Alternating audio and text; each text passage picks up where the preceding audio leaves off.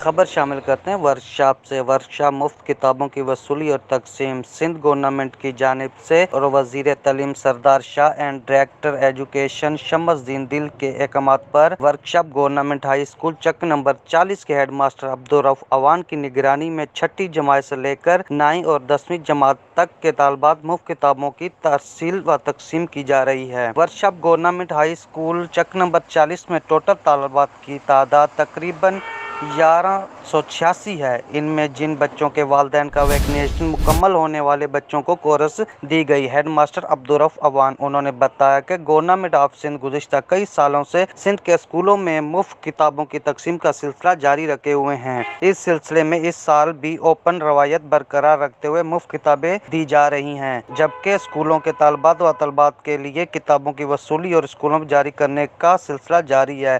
Antony reporter Afaq Ahmad, वर्कशॉप सांगड़।